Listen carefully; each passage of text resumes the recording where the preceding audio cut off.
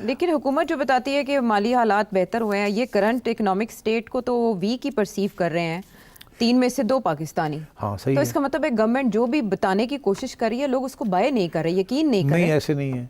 सर्वे में ये कहा गया है वही बात कि अभी भी 3 में से 2 लोग जो हैं वो समझते हैं कि मईशत इम्प्रूव नहीं कर रही, हालात ख़राब हैं, ये है वो है।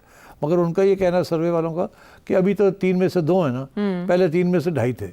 अच्छा, तो वहाँ भी थोड़ी सी इम्प्रूवमेंट हो रही है। आप समझ रहे हैं? ओके ओके, कि पहले ज़्यादा थे लोग जो समझते थे, अब कम हो गए हैं, मगर अभी भी मेजॉरिटी में लोग ऐसे ही समझते हैं। तो अगर गवर्नमेंट इसको इंटरप्रेट करेगी तो गवर्नमेंट ये कहेगी कि जी हमारे हालात बेहतर हो रहे हैं, पहले बहुत ख़राब थे, अभी भी ख़राब है हमारे लिए, मगर थोड़े से बेहतर हुए हैं। और अब अपोजिशन देखेगी, वो कहेगी अभी भी मेजॉरिटी जो है आपके ख़िलाफ़ है, आप क्या कर रहे हैं। तो मतलब ये डिपेंड करता है आप किस तरीके से देखते हैं। अपनी अपनी अलबत्ता गवर्नमेंट का ये मौक़िफ़ रहा है कि हमें पता है कि हमारे हालात ख़राब हैं, हमें पता है हम अनपॉपुलर हैं, मगर हमारी ये कोशिश है कि अगले 2 साल में हम ये डिस्टेंस जो गैप है इसको हम कम कर लें, ताकि अगले 2-2.5 साल के बाद अगर इलेक्शन होती है तो हमारी कोई फाइटिंग चांस तो हो हमारी, क्योंकि अदरवाइज़ आज तो इलेक्शन नहीं करा सकते।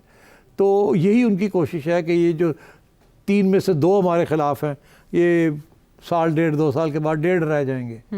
इसी तरीके के साथ 70% अभी समझते हैं हम गलत रास्ते पे हैं, शायद उस वक्त 50% समझेंगे।